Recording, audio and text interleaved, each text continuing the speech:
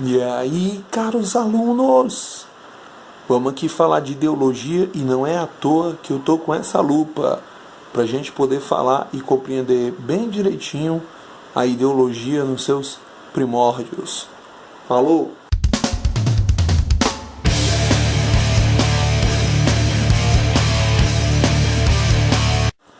E aí, rapaziada, firmeza? Então vamos voltar lá. Gente, hoje a aula é para falar sobre ideologia. Ideologia no conceito geral é conjunto de ideias, crenças e costumes, tá? Mas vamos falar aqui um pouquinho da história da ideologia, do surgimento. Bem, gente, de tudo detrás é um filósofo responsável pela escola ideológica, né? Na época da Revolução Francesa, tá? É um filósofo francês, político, e ele é responsável pela ideologia, pelo surgimento da ideologia. Mas o surgimento da ideologia, para dentro de trás, era nada mais que uma ciência das ideias, do pensamento, tá?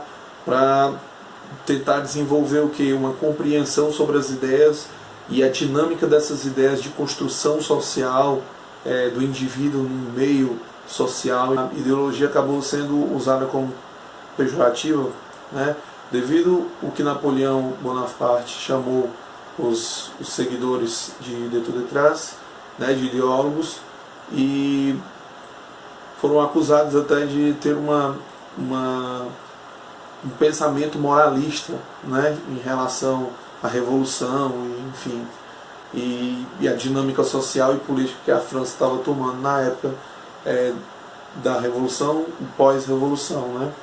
Beleza, gente? Então, assim, gente, para falar da ideologia nós temos que falar de alguns pensadores, de algumas pessoas que fizeram parte de uma construção, de um contrapensamento, de uma contra-argumentação. Então vamos lá. Do que eu estou falando isso?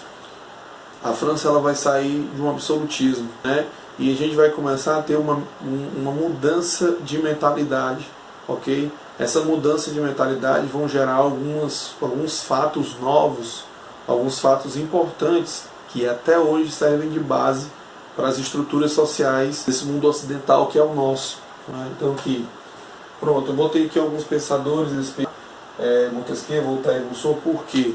Porque esses caras vão ser responsáveis por essa mudança de mentalidade, de postura do homem frente a uma situação política, um entendimento sobre o político, um entendimento sobre o homem, né, sobre a sua posição enquanto sujeito, ser, enfim, naquela sociedade, o que era uma sociedade também, né, o que era um rei. Então, assim, vai ter uma mudança de paradigma nessa situação, tá?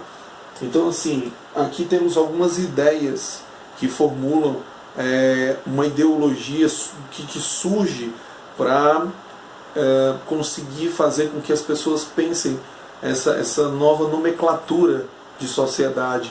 Nós temos aqui nesse conceito de ideologia liberal, liberdade individual, 3 poderes, ou seja, existe aqui uma descentralização do poder.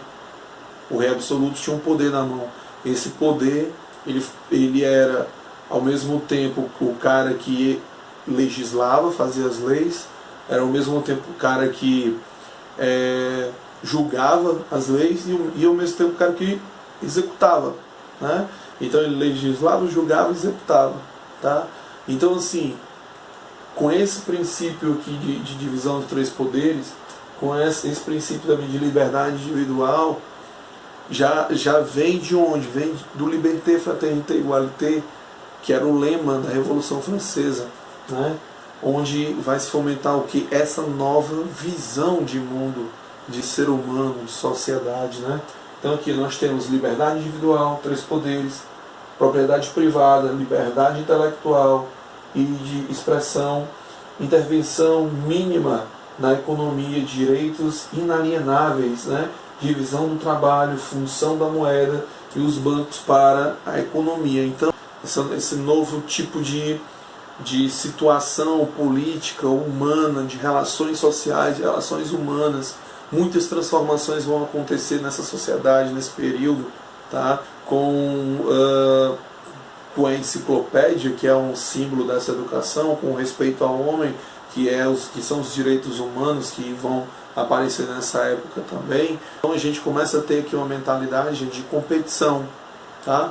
Por isso que ela é liberal, porque vai trabalhar a questão de liberdade, a questão do homem livre que vai trabalhar e ganhar o seu dinheiro e poder sobreviver nesse novo olhar, nessa nova visão que o mundo vai trazer. Então você vê aqui uma nova dinâmica, perspectiva de sociedade, de economia, de indivíduos, tá? De indivíduos que tinham a sua liberdade intelectual, ou seja, poderiam pensar, poderiam questionar. Aqui nós vamos ver também a questão da propriedade privada. Você vai ser dona da sua propriedade, você pode enriquecer trabalhando, né? Você pode chegar a ter uma condição, tá? Até porque isso vai derivar de quê? Vai derivar de uma mentalidade burguesa, que vai ser essa burguesia que vai financiar a Revolução Francesa, né? Aqui nós temos outros pensadores, que é o John Locke e o Adam Smith, né? John Locke vai trabalhar muito isso, né?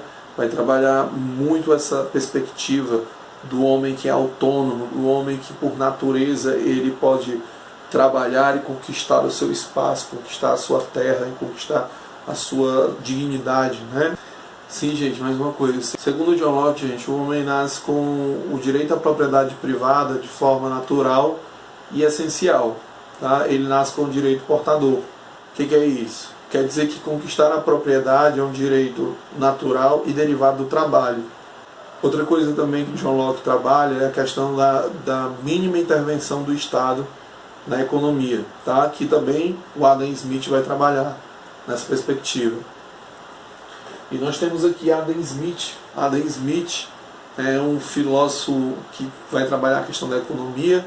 Ele tem um texto chamado A Riqueza das Nações, onde ele vai trabalhar essa questão do uso da moeda, da questão dos bancos, né? E principalmente também essa dinâmica da oferta e da procura de uma forma mais apurada, a questão da desigualdade também, que vai ser necessária para esse homem poder, para essa economia poder desenvolver o lucro, poder desenvolver as cidades, sociedades, enfim, né? Então, assim, vai principalmente nessa obra A Riqueza das Nações do John Locke, nós vamos trabalhar o que? A divisão do trabalho, tá? Então percebo que nós vamos entrar aí numa dinâmica, gente, totalmente diferente do que era o absolutismo.